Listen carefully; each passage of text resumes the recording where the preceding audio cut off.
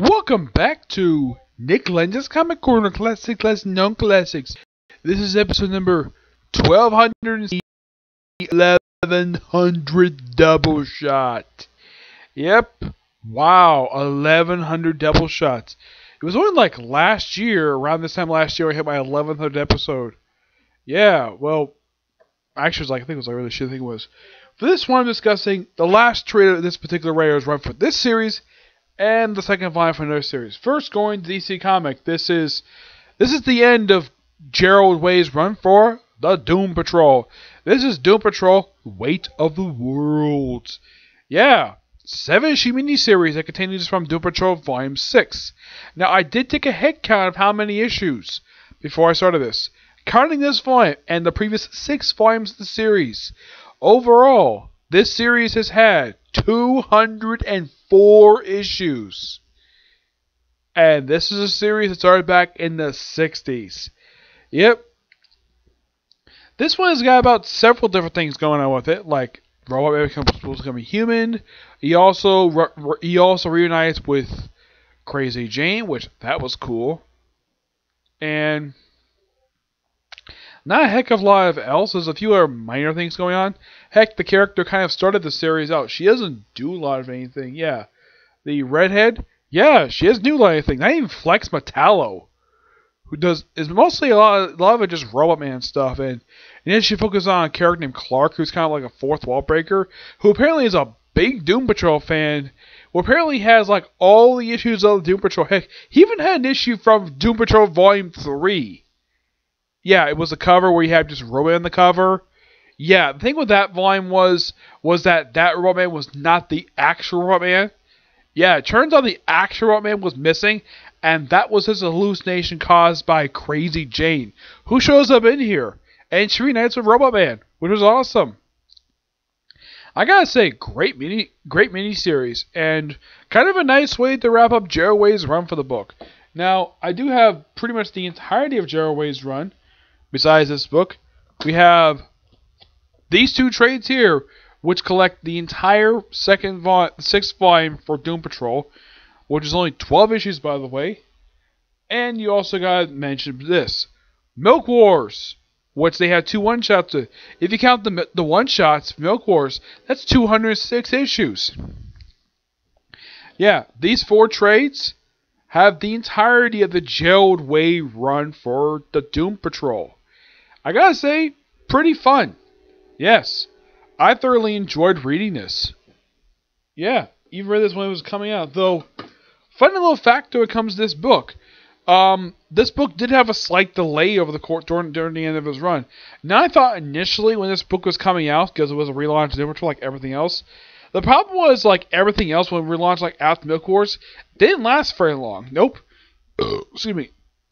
Everything but this book got canceled after only 6 issues. This book ended after 7. Yeah. Unlike the first one, which had sort of a connecting, like pretty much a good like couple strokes, this is almost like an anthology series featuring the characters from Doom Patrol, but it's still well written. Though, here's the thing, Gerard Way is not the only person writing this book. Oh no. He's joined by Jeremy Lambert, Steve Orlando, Becky Cohen, and Michael Conrad. The artwork is done by James Harvey, Evan Doc Steiner, Nick Patera, who is the regular artist of the book, actually is Nick Dendron. Nick Dendron's in the book too. Yeah, he was the artist for most of this entire run, along with Becky Cohen is also the artist in here, Mike Aldred, and Omar Friesa. Yeah. This is overall a really good book. I'm giving this book roughly a 9.5 out of 10. It's a damn enjoyable book. And when I initially heard about this book coming out a few years ago, I was like, cool, Doom Patrol's back. Hooray. Now, the writer of the book at least is a big fan of the series. Now, if I read in interviews, he has read the Grant Morrison. He's a big fan of the Grant Morrison run. This book takes heavy inspiration from the Grant Morrison run. It's not based on his run. It takes heavy inspiration from it. Like, for example, what's a good example of this? They do one of the covers where they have Robot Man. Yes, Robot Man actually wear, like, here it is right here. Yeah. You see Robin at the back of this guy right here? Yeah, he's wearing the jacket he wore during the Grant Morrison run. Now, I've also heard he has read Rachel Pollack's run. That was a very weird run. Like, there's no mention if you actually read the Paul Keppenberg run, which, like Gerard Way, Keppenberg was a big fan of the original Doom Patrol. And one thing at least appreciate though is Niles Cordero was definitely in the book. Now this book, this volume right here, did feature a character who, actually, believe it or not, was not in the previous volume. Rita Farr, aka Elasti-Woman. Yeah, so happy to see her. Though she did suffer a slight problem. Apparently, she basically has this thing where she can't keep her composure very long, or she kind of turns to clay, which I'm like, that's kind of weird. I mean, Elasti-Woman basically was known for being very stretchy, and the fact she can grow giant size. That was pretty much her power. The whole thing about her dissolving like this, that's something Gerard Way came up with, because it was because of some chemicals. Now, when Jeff Johns wrote Elasti-Woman, he had it where her smile was permanently fixed. She couldn't exactly alter it. Though he did write Niles Cordero, aka the Chief, like the Grant Morrison version of the character, the guy was a complete jerk. Here, Gerard Way writes him like the classic one, but he's only there for like an issue or two, then he leaves. And that's it. He's not even the lead of the team. As a matter of fact, when he appeared in the book, they actually had Doom Patrol go back to their classic Arnold Drake costumes, which that was cool on the part of Arnold Drake. Not Arnold Drake. Gerard Way did that. But this overall was an absolute fun series to read. Nothing confusing about this. Though sadly enough, the Young Animal imprint is sort of been discontinued. Yeah, though they've had a couple series since. Yeah, they put out. Let's see, they put out which I think, as I can tell, they do in fact still keep around. Yeah, this book is been published along with Collapser is no longer published. I can think of, but Far Sector is still published. I think it's a 12-issue maxi series, as far as I can tell. Yes, but it seems as almost everything else associated with the Young Animal, it's just, well, the book itself. How should I put this? Well, all the books come on time, except for Doom Patrol. That was the only slight problem I had with the book, was delays with the book. Well, there was a reason for it. Gerard Way is the lead singer of a rock band called Chemical Romance. That was the only reason why this book was delayed. That was the case of that previous time. This book actually did receive a delay of a halfway through its run due to the pandemic. Yep, that was the reason why it was delayed. Because the pandemic delayed it by a couple months. That's the reason why the book finally wasn't published for a while. And I initially thought this book was going to have more issues, but nope, not the case. Doom Patrol. Though I hope that DC still wants to publish it, because this was a great run. Yeah. Alright, moving on to Black Cat, Volume 2. On the Run. Collecting Black Cat 6-10. Written by Jed MacKay. Yeah, he's still the writer of the book. Along with the artwork done by... Now, this book has got several different artists. You have Mike Down, issue 6. Cheryl Foreman. I met this guy. Very nice person. He does issue 7. You have Dick Rue, who does issue 8. And Wu, who does issue 8 as well. 9-10 is by Chris Ecken. Now, I did read something about this particular series. Apparently, now, I haven't read the series in a couple months. Actually, the last issue came with this book like 2 months ago. There's a reason for that. Apparently, this book has been canceled. Yep, Marvel canceled the book for some reason. But they're restarting the book in December with a brand number 1. Like, what? Why the heck would you do that for? Oh, wait, the pandemic is the reason why. Yeah.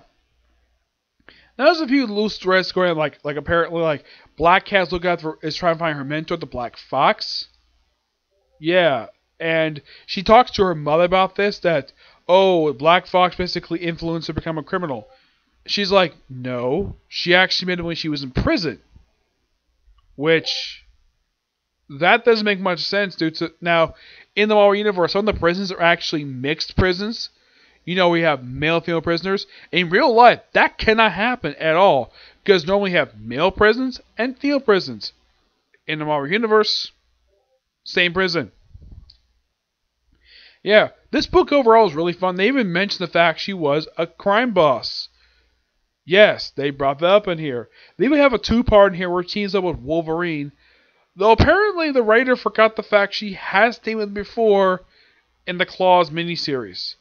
Yeah, I believe it was in the first one, where Wolverine tried to stop her by touching one of her breasts. Yep. Now, why the heck that apparently now she knows who Wolverine is? Apparently the writer's forgotten the fact she has met him before in the Claws miniseries. Which, that's not here, by the way. Yeah, for some reason, Marvel decided not to include the two miniseries Claws, which had these two teams before, but nope. Oh, by the way, she apparently didn't know the fact that Wolverine was Patch.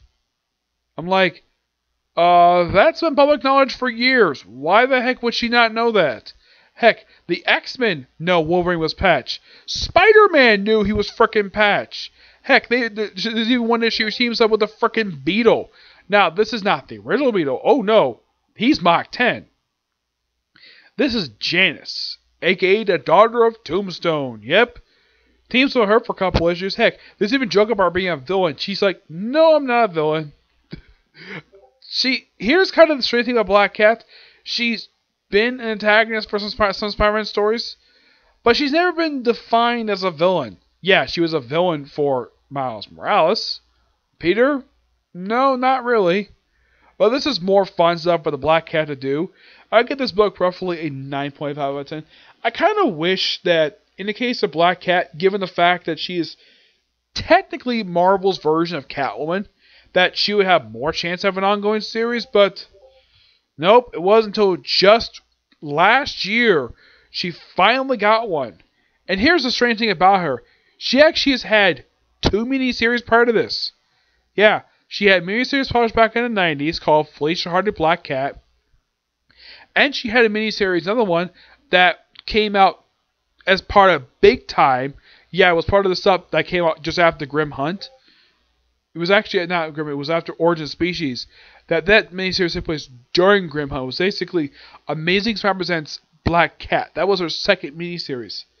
And she, of course, has had a couple of team miniseries with Wolverine. She had a team miniseries with Spider-Man, which that made a lot of sense. I've heard by Kevin Smith, that book was delayed. But this is the first ongoing series. I would figure, though, as popular as Black Cat is, I think maybe the reason why she didn't get one recently, until just recently, because she's never had a live action appearance. Yeah, that's the thing about Fleet. Though she kind of did in Amazing Spider-Man 2, the film, but that wasn't her as Black Cat. Though they were actually planning on having her in live action in Spider-Man 4. Yep. From what I've heard, the original plan was to have her be the daughter of the Vulture. Yep. Though they kind of never used this plot thread in Spider-Man Homecoming by having that particular plot thread given not to Felicia Hardy, but to Liz Allen of all people, and making her black. Yeah, I thought that was kind of weird. Even when I saw the film, like, what, really? You decided to make Liz Allen, Peter Parker's technically his first love interest, making her the daughter of the Vulture. I thought that was kind of weird. Yeah. But I'm looking forward to whenever they release Volume 2 for the series. Yep. Though, in the case of this, there's actually one more trade left. Yeah, believe it or not, there's actually one more trade coming out. Though they haven't announced it yet. But since the volume is 12, like, okay, so what could you put in the third volume? Okay. The last two issues, the annual, which clearly is not in here at all. Yeah, the annual was not in the trade, so you can put that in there. The only thing I could think of you probably could put in these trades is probably, and this is my personal guess, because I highly doubt the annual and just two regular issues would be just enough. If I were Marvel, I would include the two miniseries Claws in there. Yeah, they've had the individual trades before, but why not include it in this one too? Why not? It's not a bad idea to do. I mean, you probably could also include, if you wanted to, the first time that Spider-Man fought Black Cat. By the way, there's actually a trade called Spider-Man vs. the Black Cat, which actually collects some of her early appearances she's made in the comic books. Yeah. Though, the thing is, she made a debut back in the 70s, while Catwoman made her debut back in the 40s. Yep, so Not much to say about these two trades, both really good. Let me show off some artwork for Black Cat. It is really good. Yeah, she even at one point hangs out with Batroc the Leaper. Yep. Yeah, gotta admire the artwork in here. It is so good. Yep. Now, I picked this up Barnes Noble. Now, Barnes Noble, I'm not surprised it's for this price. Yeah, the official price of this book, in case you're curious though, $15.99, which I guess not surprised because Black Cat's not as big as characters, let's say Spider-Man is. His book, I think, is like $17 or like $19.99. This book, $19.99, probably because it contains 7 issues. This book contained just 5. Yep. Though, oddly enough, Immortal Hulk costs the same price too, which I'm like, really, Marvel? Why would you charge a character like the Hulk? A character is one of your biggest characters, and yet you charge the books so cheap, and you only put 5 issues in the trade. Yeah. But yeah, next review, talking about Thor. Yep. See you next video. Bye.